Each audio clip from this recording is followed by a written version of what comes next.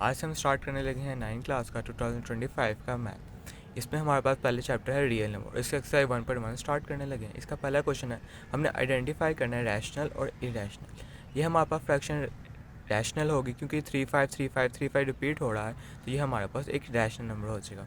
और ये हमारे पास 2.23606 ये इरेशनल नंबर होगा क्योंकि ये कंटिन्यूस फैशन में जा रहा है और जो इनके जो भी नंबर है वो रिपीट नहीं हो रहे, तो ये हमारे पास इरेशनल हो जाएगा। ई की एक वहाँ पर डेफिनेट वैल्यू होती है 2.7319, वो भी हमारे पास एक इरेशनल नंबर में आ जाता है। 0.6 बार, इस बार का मतलब होता है कि 6 बार बार रिपीट हो ही जा रहा है क्योंकि एक कंटिन्यूस फैशन में हो रहा है, तो इसे हम इरेशनल नंबर कहेंगे। स्क्वायर रूट 7, स्क्वायर रूट के अंदर नीचे जितने भी नंबर्स आते हैं वो हमारे पास इरेशनल होते हैं अगर वो परफेक्ट स्क्वायर ना हो तो। और पाई भी हमारे पास इरेशनल होता है क्योंकि इसके हमारे पास वैल्यू 22 डिवाइडेड बाय 7 होता है जो कि कंटिन्यूस फैशन में नहीं चलती, इसलिए हमारे पास वो इरेशनल नंबर आ जाएंगे। अब हमारे पास एक क्वेश्चन है 5 प्लस स्क्वायर रूट 11। ये हमारे पास एक इरेशनल नंबर होगा क्योंकि स्क्वायर रूट 11 हमारे पास इरेशनल नंबर है और उसको हम एक रैशनल नंबर के साथ ऐड भी करते हैं तो भी हमारे पास 5 पॉइंट हमारे पास कंटिन्यू फैशन नहीं आएगा, तो वो हमारे पास इरेशनल हो जाएगा। इसी तरह दो इरेशनल नंबर को ऐड करेंगे तब भी हमारे पास जो आंसर आएगा वो भी इरेशनल नंबर होगा, तो ये हमारे पास रैशनल नंबर नहीं होगा। 15/4 हमारे पास रैशनल नंबर है क्योंकि 15/4 को अगर हम डिवाइड करते हैं तो हमारे पास 3.375 आता है जो कि एक रैशनल नंबर है। अब इस क्वेश्चन को देखते हैं तो हमें ऐसा देखने में से तो लग रहा है कि स्क्वायर रूट 2 है, तो ये हमारे पास एक इरेशनल नंबर होगा, लेकिन थोड़ा इसे हमने सिंप्लीफाई करना है।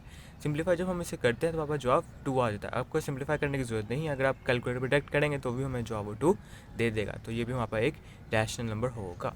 अब हमारे पास क्वेश्चन 2 है कि रिप्रेजेंट द फॉलोइंग नंबर और नंबर है। अब ये नंबर लाइन क्या होती है? एक नंबर लाइन एक लाइन होती है जिसमें हमारे पास एक नंबर्स लिखे जाते हैं, ठीक है, नंबर्स लिखे जाते हैं। इसमें हमारे पास एक नेगेटिव नंबर्स लिखे जाते हैं और एक पॉजिटिव नंबर लिखे जाता है और इसका हमेशा स्टार्ट मिड 0 से किया जाता है। अब स्क्वायर रूट 2 है, स्क्वायर रूट 2 को हमने कैलकुलेटर से सॉल्व किया, 1.412 आ गया। तो हमने हम इस नंबर को रिप्रेजेंट करना है नंबर लाइन पे। तो पहले तो हमने एक लाइन बना ली जिसमें हमने नंबर लिख लिए। जो हमारे पास स्केल होता है उसमें हमारे पास जैसे कंटिन्यूस नंबर लिखे होते हैं वो हम लिख लेते होते हैं, लेकिन उसमें हम नेगेटिव नंबर भी शामिल करते हैं। जैसे 0 होता है, फिर 1, 0.1, 0.2, 0.3, 0.4, 0.5, फिर 0.6, 0.7, 7, 8, 9, इस तरह हमारे पास अगला नंबर आ जाता है। तो इसी तरह ये हमारे पास 0 होता है, फिर 1 होता है, इनके दरमियान 9 डिजिट्स आ जाते हैं जो कि पॉइंट के फॉर्म में आते हैं। फिर यहाँ से यहाँ तक मिड में 5 होता है, फिर उससे आगे 1.5। इस तरह हमारे पास ये फैशन में एक पॉजिटिव साइकिल में चलते हैं और एक नेगेटिव साइकिल में चलते हैं। हमेशा स्टार्ट 0 से होता है, तो ये हमारे पास चलते रहते हैं, इसलिए हम इसको इन्फिनिट तक जाते हैं। ये भी यहाँ से भी इन्फिनिट तक जाता है, पॉजिटिव इन्फिनिटी, ये भी यहाँ से नेगेटिव इन्फिनिटी। इसलिए हम ये एरो रिप्रेजेंट करते हैं कि यह नंबर यहाँ पे ख़त्म नहीं हुए, लेकिन हमने यहाँ तक ही इसे हमने लिखा है। अब 1.412 है तो हमने देखा है 1 तो यहाँ पे ये हो जाएगा 1.1, 1.2, 1.3 और 1.4। 1.4 पे हमने लाइन लगा दी और इस तरह मेंशन कर दिया। अब आप सोच रहे होंगे यहाँ पे तो 412 भी है, ये हमारे पास बेसिकली इग्नोर हो जाते हैं क्योंकि ये इतने छोटे चल जाते हैं कि हमें स्केल पे बनाना पॉसिबल ही नहीं होता। सिर्फ हमें स्टार्टिंग के डिजिट से ही अंदाज़ा लगा लेते हैं कि हमारी नंबर लाइन कहाँ से आई। इस नंबर लाइन लिखने को बहुत ज़्यादा तरीके होते हैं, तो चंद तरीके आपसे डिस्कस किए जाएंगे इस वीडियो में। अब ये क्वेश्चन 2 है स्क्वायर रूट 3। स्क्वायर रूट 3 को अगर हम करें तो 1.732 आता है। तो जब आप सोच रहे होंगे कि अब जब तक हमें ज़रूरत सिर्फ 1.7 की है तो हमने 32 क्यों लिखा? क्योंकि ये हमारे पास एक डेसिमल को लिखने का वे होता है कि अगर आपके पास पॉइंट में 3 या 4 डिजिट्स को लिखेंगे तो वो ज़्यादा एफिशिएंट ज़्यादा एक्यूरेट होता है। अब ये हमारे पास नंबर लाइन आ गई। अगर आप गौर करेंगे पिछली नंबर लाइन मैंने 3 तक बनाई थी और ये नंबर लाइन मैंने 2 तक बनाई है। यहाँ वहाँ पे आपको समझाना था कि नंबर लाइन बनाई किस तरह जाती है, और यहाँ पे आपको बताना है कि नंबर लाइन हमारे पास 1.7 यानी 2 तक जा रही है, तो क्यों ना हम सिर्फ 2 तक अपने स्केल को ले जाएं, 0 से स्टार्ट करें और 1 और 2 तक ले जाएं और यहाँ पे एरो रिप्रेजेंट कर देंगे। इसका मतलब कि नंबर लाइन चलती जा रही है लेकिन हमने रिप्रेजेंट सिर्फ 2 तक किया है, तो इसी तरह नेगेटिव में भी ले जाएंगे। तो ये हमारे पास आ जाएगा 1.7, यहाँ पर हमने किया 1, यहाँ तक 5 होता है, फिर 6 और 7, 6 और 7 में इस तरह दरमियान में हमने लाइन लगा दी और रिप्रेजेंट कर दिया कि यहाँ पे ये नंबर लाए करेगा।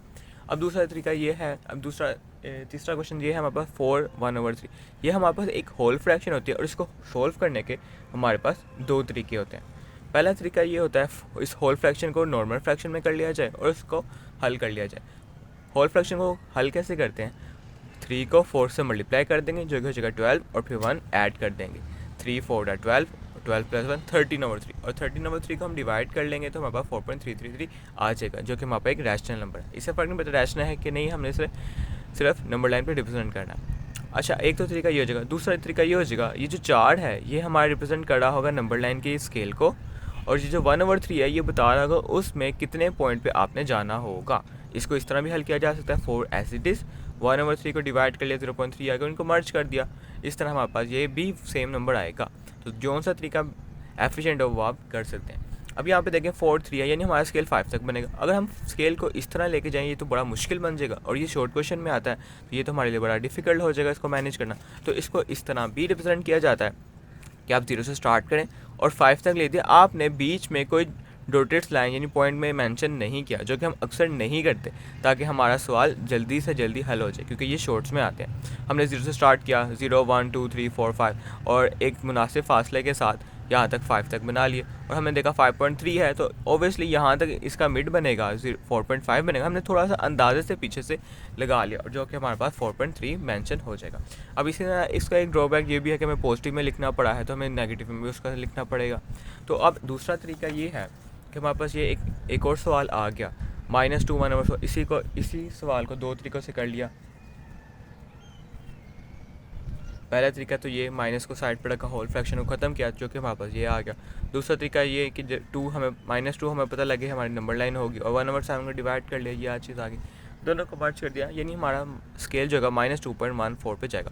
अब हमारा स्केल जब माइनस पे जा रहा है, हमें पता है कि यहाँ पे हमें पॉजिटिव लाइन की ज़रूरत नहीं है, तो हम क्या करेंगे, 0 1 कर दिया। बेसिकली यहाँ से बता दिया कि हमने छोटा सा हमने एक स्केल किया, पॉजिटिव साइड पे कम स्केल कर लिया, या ना भी करें, और नेगेटिव स्केल पे हमने ज़्यादा सारा स्केल कर लिया, क्योंकि हमें -2 हमें -3 तक लेके जाना पड़ेगा।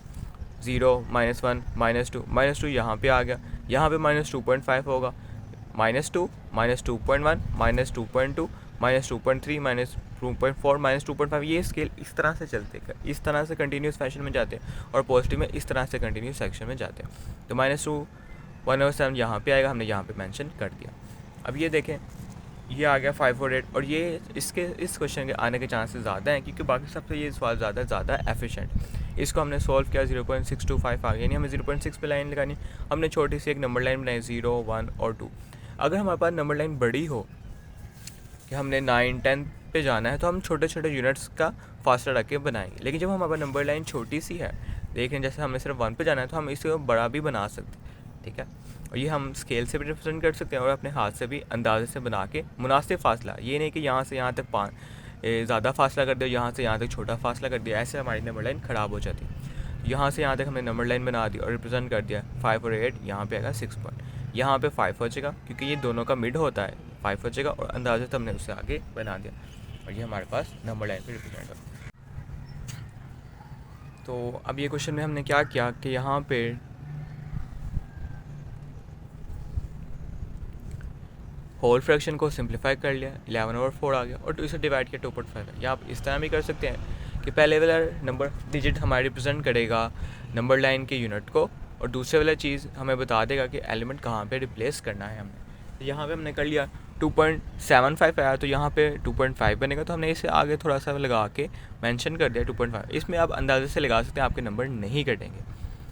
तो अब हमारे पास क्वेश्चन 3 है। Question 3, express the following as a rational number between P and Q where P and Q is an integer, Q is not equal to 0।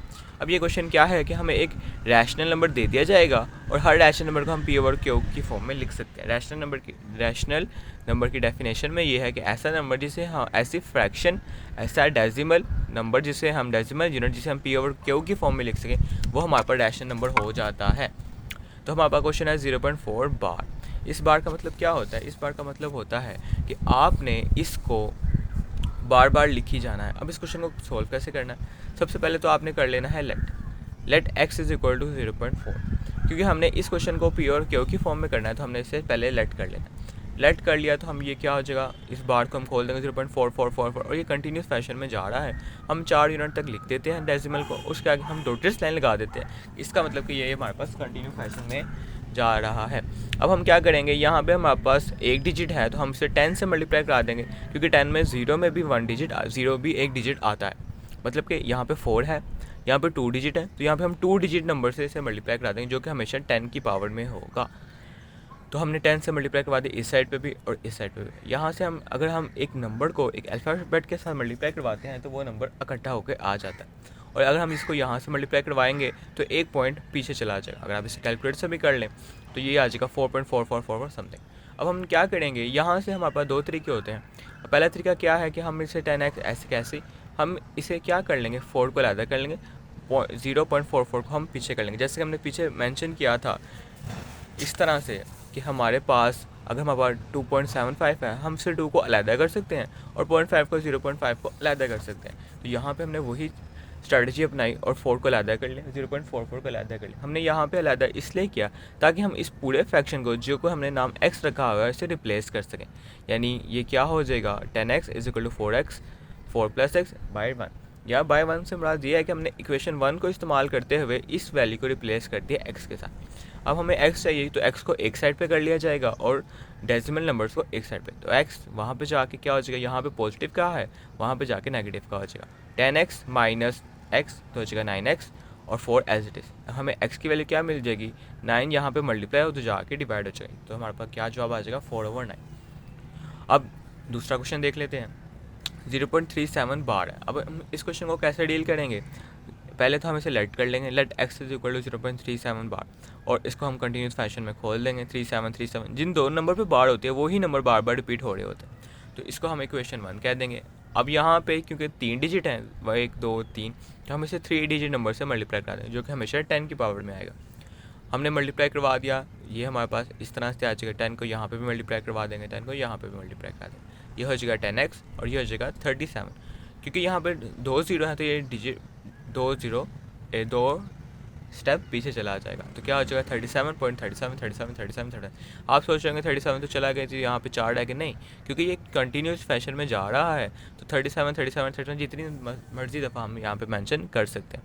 तो अब हम क्या करेंगे, 37 का 37 अलहदा कर देंगे और पॉइंट के बाद वाली रकम को अलहदा कर देंगे, और पॉइंट से वैल्यू को आगे लाने के लिए रेफरेंस के तौर पर 0 को मेंशन कर देंगे। तो ये हमारे पास इस तरह से हो जाएगा। अब हम इस पूरे को x से रिप्लेस कर देंगे और उसे बता देंगे हमने इक्वेशन 1 को इस्तेमाल किया है। यहाँ पे हो जाएगा 100x + 37 + x उधर चला जाएगा, इधर पॉजिटिव का, उधर जाके नेगेटिव का। 100x - x हो जाएगा 99x, 37 एज इट इज़। हमें x की वैल्यू चाहिए तो 99 मल्टीप्लाई उधर जाके डिवाइड हो जाएगा, तो हमारे पास जवाब क्या आ जाएगा 37/99। ये हमारे पास मेथड 1 होता है। अब हम इसका ज़रा दूसरा मेथड भी देख लेते हैं। हमने यहाँ तक तो सेम है कि हमने इससे पहले लेट किया, फिर फ्रैक्शन को खोल दिया, फिर 100 से मल्टीप्लाई करा दिया। यहाँ से मैचना डिफरेंट हो जाता है। यहाँ से हम क्या कर देते हैं, इसको इक्वेशन 1 कहा है, इसको इक्वेशन 2 कह देते हैं, और इक्वेशन 2 को माइनस करवाते हैं इक्वेशन 1 के साथ, यानी 100x - x। अच्छा, इक्वेशन 2 को माइनस करवाएं इक्वेशन 1 के साथ, तो =2 से पहले वाली साइड =2 से पहले वाली साइड के साथ माइनस होगी, और =2 के बाद वाली साइड =2 के बाद वाली साइड के साथ माइनस होगी। जैसे आप देख सकते हैं, मैंने 100x को माइनस करवा दिया x के साथ, =2 के पहले वाले को पहले वाले के साथ और बाद वाले को बाद वाले के साथ। 37.37 - 37 इस तरह हमने करवा दिया। इसको किया तो ये हो जाएगा 99x, और इसको अगर हम सोल्व करेंगे तो आप गौर करेंगे फ्रैक्शन के पीछे वाला और फ्रैक्शन के पीछे वाला आपस में माइनस हो जाएगा, तो क्या आ जाएगा 37। इससे आप कैलकुलेटर से भी कर सकते हैं, डॉट्स की जगह सिर्फ यहाँ तक आप लिख सकते हैं 37 और 37, तो यहाँ पे 37 आ जाएगा। तो x की वैल्यू में चाहिए 99 मल्टीप्लाई तो जाके डिवाइड। दोनों बेसिकली सेम ही मेथड है, लेकिन कुछ जगह पे आप ये चीज़ देखें और कुछ जगह पे ये चीज़ देखें, आप जो प्रेफर करना चाहें आप कर सकते हैं। अब क्वेश्चन 3 देख लेते हैं, पार्ट 3। ये जो होते हैं ना क्वेश्चन, हमारे पास होता है बेसिकली कि हम कौन सा चीज़ करें, क्वेश्चन 4, और उनके जो छोटे छोटे पार्ट्स आ जाते हैं उन्हें हम पार्ट्स कहते हैं, सब क्वेश्चंस।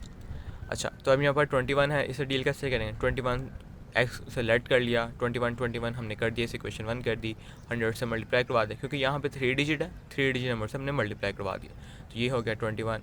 यहाँ पे 21 का फ्रैक्शन के आगे वाला पार्ट अलहदा कर लिया, और फ्रैक्शन के बाद वाला बात कैरेक्टर ए, पॉइंट के आगे वाले बात को हम कैरेक्टरिस्टिक कहते हैं और पॉइंट के बाद वाले को हम मेंटीसास कहते हैं। ये आगे चला गया और ये पीछे चला गया, हमने इसको रिप्लेस कर दिया x के साथ क्वेश्चन 1, और ये हमारे पास इस तरह से हल हो गया। अब आप सोच रहे होंगे कि जो भी हमने नंबर फाइंड करना है, हमने सिंपली उस क्वेश्चन को डिवाइड करवा दिया है 99 से, मतलब कि हमारे पास अगर 4 था तो हमने 4 / 9 आंसर आता है, 37 था 37/99 आंसर आता है, 21 था 21/99 आता है। ये 99 ये ऐसे नंबर अगर हम इसे डिवाइड करवाते हैं तो वो नंबर कंटिन्यूस फ्रैक्शन में चल जाता है। हमें कोई भी नंबर दिया हो, अगर 2 डिजिट है तो हम 999 से करवा देंगे, 3 है 999 से करवा देंगे, और वो हमारे पास एक क्या बन जाता है, रिकर्सिव लीव बन जाता है क्वेश्चन। अब हम अगला क्वेश्चन देख लेते हैं। क्वेश्चन 4 बड़ा आसान है, इसमें हमें प्रॉपर्टीज़ के नाम लिखने हैं। ये हमारे पास कोई लॉजिक नहीं है, अब हमने ये याद करना होता है। अब हमारे पास क्या है कि a+4 + b, a+4 + b, अगर आप गौर करेंगे ये दोनों बिल्कुल सेम है, सिर्फ ब्रैकेट का इंटरचेंज हुआ। पहले ब्रैकेट इन दोनों पे थी, अब ब्रैकेट इन दोनों पे चल रही है। ऐसी सिचुएशन जहाँ पे ब्रैकेट इंटरचेंज हो उसे कहते हैं एसोसिएटिव प्रॉपर्टी। एसोसिएटिव प्रॉपर्टी, क्योंकि यहाँ पे ब्रैकेट के अंदर प्लस प्लस है तो ये हो जाता है associative property with respect to addition. अब यहाँ पे √2 + √3 है, √3 + √2 है। अगर आप गौर करेंगे इन दोनों की जगह चेंज हुई है, पहले ऐसे थी और बाद में ऐसे होगी। जहाँ पे ऐसी सिचुएशन जहाँ पे ब्रैकेट नहीं, जहाँ पे हमारे पास एलिमेंट चेंज हो जाए, उस चीज़ को हम कहते हैं कम्यूटेटिव प्रॉपर्टी। क्योंकि इनके दरमियान प्लस आ रहा है तो ये हो जाएगा commutative property with respect to addition. अब ये दो नंबर सेम नंबर को हम माइनस कर दें तो ऑब्वियसली हमारे पास 0 आ जाता है। ये होता है एडिटिव आइडेंटिटी, क्योंकि प्लस माइनस आया है तो एडिटिव, और माइनस हो रहा है तो ये हो जाएगा इन्वर्स, एडिटिव इन्वर्स। दूसरा, अब ये देखें यहाँ पे ए बी के साथ मल्टीप्लाई हो रहा है और ए सी के साथ मल्टीप्लाई हो रहा है, इसको हम बोलते हैं डिस्ट्रीब्यूशन प्रॉपर्टी। अगर ए यहाँ से मल्टीप्लाई होता है इसे बोलते हैं लेफ्ट डिस्ट्रीब्यूशन प्रॉपर्टी। अगर ए यहाँ पे होता है और फिर मल्टीप्लाई होता है इसे बोलते हैं राइट डिस्ट्रीब्यूशन प्रॉपर्टी। हम 16 को 0 के साथ ऐड करने, ऑब्वियसली जवाब हमारे पास 16 आएगा। ये होता है हमारे पास आइडेंटिटी, क्योंकि ये पॉजिटिव में है तो ये होता है एडिटिव आइडेंटिटी। और इसी तरह एक मल्टीप्लिकेटिव आइडेंटिटी होती है कि अगर हम किसी भी नंबर को 1 के साथ मल्टीप्लाई करें वो नंबर खुद ब खुद वही आएगा, तो इसे बोलते हैं मल्टीप्लिकेटिव आइडेंटिटी। अब यहाँ पे देखें 4, 5, 8 सेम चीज़ है, लेकिन ब्रैकेट इंटरचेंज हो रही है। पहले ब्रैकेट यहाँ पे थी, अब ब्रैकेट यहाँ पे आ गई, और ये हमारे पास हो जाएगा एसोसिएटिव प्रॉपर्टी। लेकिन यहाँ पे मल्टीप्लाई हो रहा है तो ये हो जाएगा विद रिस्पेक्ट टू मल्टीप्लाई। यहाँ पे भी ब्रैकेट इंटरचेंज हो रही थी लेकिन ये प्लस के हिसाब से होगी, यहाँ पे भी ब्रैकेट इंटरचेंज हो रही है लेकिन ये मल्टीप्लाई के हिसाब से। अब आप यहाँ पे गौर करेंगे, यहाँ पे AB = BA, ऑब्वियसली जहाँ पे कुछ नहीं होता वहाँ पे मल्टीप्लाई होता है, तो यानी AB आपस में मल्टीप्लाई हो रहे हैं और बाद में BA, यानी ये दोनों की जगह चेंज हुई है। ये हो जाएगा हमारे पास commutative property with respect to multiply. यहाँ पे बताया गया कि हम इससे शॉर्ट फॉर्म इस्तेमाल कर सकते हैं। WRT का मतलब होता है विद रिस्पेक्ट टू, और PRT का मतलब होता है प्रॉपर्टी। अब हम नेक्स्ट क्वेश्चन देखते हैं। नेक्स्ट क्वेश्चन में भी हमने प्रॉपर्टीज़ के नाम गेस करने हैं। ये बड़े आसान से होते हैं कि हमारे पास -3 -1 था ग्रेटर देन, तो ये हमारे पास 0 और 2 हो गया। अब हमारे पास हमने ऐसा क्या किया है कि ये हमारे पास ये होगा, हमने सिंपली यहाँ पे +3 ऐड किया है और +3 यहाँ पे भी ऐड किया है, ओवर3 ये हो जाएगा 0 और ये हो जाएगा 2। तो यहाँ पे हमने अपनी तरफ से ऐड किया है, ये हो जाएगा हमारे पास एडिटिव प्रॉपर्टी। और दूसरा, यहाँ पे हमारे पास A और B है, A B, और हमारे पास A और B ग्रेटर देन A और B आ गया। तो हमने ऐसा क्या किया, ये हमारे पास एक रेसिप्रोकल प्रॉपर्टी होती है कि जो भी हो ना उसको नीचे ले जाना, 1/, फॉर्म की फॉर्म में ले जाना, इसे कहते हैं रेसिप्रोकल प्रॉपर्टी। अब A और C है, then A + C B + C, मतलब कि हमारे पास A और B था, हमने +C यहाँ पे भी ऐड कर लिया, +C यहाँ पे भी ऐड कर लिया, तो ये हमारे पास हो जाएगी एडिटिव प्रॉपर्टी। अब यहाँ पे AC था, BC था, बाद में हमारे पास AB हो गया, तो हमने क्या किया, सिंपली यहाँ पे दोनों को C से डिवाइड करवाया, तो यही हो जाएगा हमारे पास डिस्ट्रीब्यूशन प्रॉपर्टी। यानी हम ऐड करवाएंगे तो एडिशन प्रॉपर्टी, डिवाइड करवाएंगे डिवीजन प्रॉपर्टी, और इसी तरह सेम वही क्वेश्चन है लेकिन इसका फ़र्क आ गया, इससे फ़र्क नहीं पड़ता, ये हमारे पास डिवीजन प्रॉपर्टी ही होगी। अच्छा, मैथ में ना सिर्फ 3 ही कंडीशन एग्जिस्ट करती है, या तो एक नंबर दूसरे नंबर से बड़ा हो सकता है, या तो एक नंबर दूसरे नंबर के बराबर हो सकता है, या एक नंबर दूसरे नंबर से छोटा हो सकता है। तो इन 3 ही प्रॉपर्टीज़ को कहते हैं, और ये अक्सर एग्जाम में आ जाती है। इन प्रॉपर्टी को कहते हैं ट्राइचोमेट्री प्रॉपर्टी। अब हम नेक्स्ट क्वेश्चन देख लेते हैं। अब हमारे पास ये क्वेश्चन स्टार्ट हो रहे हैं। इसमें हमने क्या करना है, 2 नंबर को इंसर्ट करना है। इसको हल करने के ना मुख्तलिफ वे हैं, बहुत ज़्यादा तरीके। सबसे पहले तो हम इन्हें LCM निकाल लेते हैं, क्योंकि हमने इनके दरमियान रैशनल नंबर फाइंड करना है, तो नीचे वाली ओवरसली बेस सेम होनी चाहिए। ये नहीं होना चाहिए ये अलग हो जाए और ये अलग हो जाए, तो फाइंड करना मुश्किल हो जाएगा। तो इनकी बेस सेम करने के लिए हम क्या करेंगे, इसे हम डिनोमिनेटर भी कहते हैं। सेम करने के लिए इनका LCM ले लेंगे। LCM क्या आ जाएगा, 12। अब इसको मैंने 12 बनाना है तो मैं इसको 4 से मल्टीप्लाई करवा दूंगा, नीचे 12 बन जाएगा। और इसको मैंने 12 बनाना है इस नंबर को, तो मैं इसको 3 से मल्टीप्लाई करवा दूंगा, तो ये जगह 3/12। अब हमने इनके दरमियान फाइंड करना है। अगर आप गौर करेंगे ये तो 3 है और ये 4 है, 3 और 4 के दरमियान हमने फाइंड करना हमारे लिए मुश्किल हो जाएगा। तो हम क्या करेंगे, हम किसी भी रैंडमली नंबर से, अगर मैं इसको 2 से मल्टीप्लाई करवा दूँ, इस पूरे को, इसको भी 2 से मल्टीप्लाई करवा दूँ, ये हो जाएगा 8 और ये हो जाएगा 6, ऊपर वाला फैक्टर। तो 8 और 6 के दरमियान सिर्फ 7 आएगा, लेकिन हमें तो 2 चाहिए, इसलिए हमने इसे 3 से मल्टीप्लाई करवा दिया। इस वाली रकम को भी मैंने 3 से मल्टीप्लाई करवा दिया, इस वाली रकम को भी मैंने 3 से मल्टीप्लाई करवा दिया। इसका बेनिफिट क्या हो गया, हमारे पास अब आ गया 12/36, 9/36। अब आप गौर करेंगे 9 और 12 इनके दरमियान 2 नंबर आ जाते हैं, 10/36, 11/36, आप गौर करेंगे 9 और 12 हमने खुद बनाया, जो कि हमारे पास क्वेश्चन 1/3 और 1/4 के फॉर्म में था। हमने इसे चेंज कर दिया। हमारे पास ये मैथ में रूल होता है, हम किसी भी एलिमेंट को किसी भी एलिमेंट के साथ मल्टीप्लाई करवा सकते हैं, लेकिन हमें ऊपर भी और नीचे भी दोनों के साथ करवाना पड़ता है। तो इसलिए हमने मल्टीप्लाई करवा दिया। पहले हमने डिनोमिनेटर सेम किए, फिर हमने देखा यार ये तो 3 और 4 है, तो हम इसे 2 से करवाएंगे तो नहीं, मामला तो नहीं चलेगा, इसलिए हमने 3 से करवा लिया। 3 से करवा लिया तो हमारे पास ये फैक्टर आ गया 9 और 12। 9 और 12 के दो दरमियान जो नंबर्स आएंगे हम उसे मेंशन कर देंगे और इस तरह हम दो रैशनल नंबर बता देंगे। अब ये क्वेश्चन आ गया, हमने इसका क्योंकि डिनोमिनेटर सेम था तो यहाँ पे एलसीएम नहीं लेंगे, तो हम रैंडमली अब यहाँ पे 3 और 4 है, अगर मैं इसे 2 से करवाऊँगा या 3 से करवाऊँगा तो हमारे पास वो फैक्टर नंबर नहीं आएंगे, 2 से करवाने से नहीं आएंगे। अगर मैं 3 से इस पूरे को 3 से करवा देता हूँ ऊपर भी और नीचे भी, तो हमारे पास क्या आ जाएगा 9/15, 12/15, तो हमारे पास दो नंबर क्या आ जाएंगे 10/15, 11/15। यानी बेसिक क्वेश्चन हमारा ये था, हमने कुछ ऐसे नंबर के साथ मल्टीप्लाई करवाना है कि हमारे पास बीच में इन दोनों के दरमियान हमारे पास डिज़ायर नंबर आ जाए। 3/5 था, इसमें मैं 3 से करवा दिया तो ये हो गया 9/15। 5 को 3 से करवा दिया, 3 को 3 से करवा दिया, 9/15। और फिर दूसरे वाले एलिमेंट को भी सेम नंबर से करवाएंगे क्योंकि हमें नीचे वाले फैक्टर हमेशा सेम लाने हैं। तो इसको करवाया, ये हो गया 12/15 और ये 12/15। तो अब हमारे पास क्वेश्चन क्या बन गया 9 और 12, 9 और 12 इनके दरमियान हमने रिप्रेजेंट कर दिया। 9 के बाद 10 आ गया, 10 के बाद 11 आ गया, इस तरह हमने दो नंबर रिप्रेजेंट कर दिया। अगर हम इसे 4 से करवाते हैं, 4 को इससे करवा दिया, 4 को इससे करवा दिया, तो हमारे पास हो जाएगा 13/20, 14/20, 15। 3 डिज़ाइन नंबर आ जाएंगे। यह डिपेंड करता है सवाल पे कि हमें कितने रैशनल नंबर चाहिए, दो रैशनल नंबर के दरमियान। तो जितने रैशनल नंबर चाहिए उतने बड़े फैक्टर के साथ हम उसे मल्टीप्लाई करवा देंगे। अगर हम 4 से करवाएंगे हमें 3 मिलेंगे, अगर हम 3 से करवाएंगे 2 मिलेंगे, इसी तरह अगर हम 2 से करवाएंगे तो हमें एक फैक्टर मिलेगा। अब हम इसका आखिरी क्वेश्चन देख लेते हैं।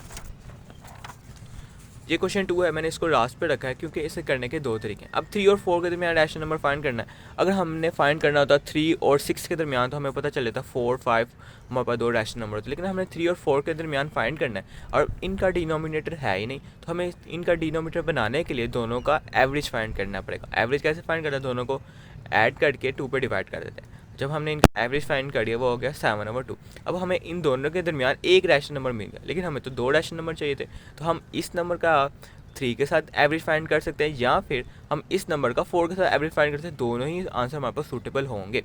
4/2 का इन दोनों के साथ एवरेज नंबर फाइंड किया, इन दोनों को 2 ऐड करके 2 पे डिवाइड कर दिया, जो कि हमारे पास जवाब आ गया 13/4। तो ये हो जाएगा 7/2 और 13/4, ये दो ऐसे नंबर हो गए जो कि हमारे पास 3 और 4 के दरमियान आते हैं। या फिर हमने एवरेज नंबर फाइंड कर लिया 7/2 और 4 के दरमियान, इन दोनों को ऐड किया, इन दोनों को ऐड करेंगे, ये 4 इसके साथ मल्टीप्लाई हो जाएगा, 2 4 के साथ मल्टीप्लाई हो जाएगा, जो कि 8/2 हो जाएगा 15, और ये 2 डिवाइड हो रहा ऊपर जाके इस तरह मल्टीप्लाई हो जाएगा, तो ये हो जाएगा 15/4। तो इस तरह हमारे पास दो रैशनल नंबर आ जाएंगे किन्हीं भी दो नंबर के दरमियान, और इस तरह हमारी एक्सरसाइज 1.1 कंप्लीट हो जाती है।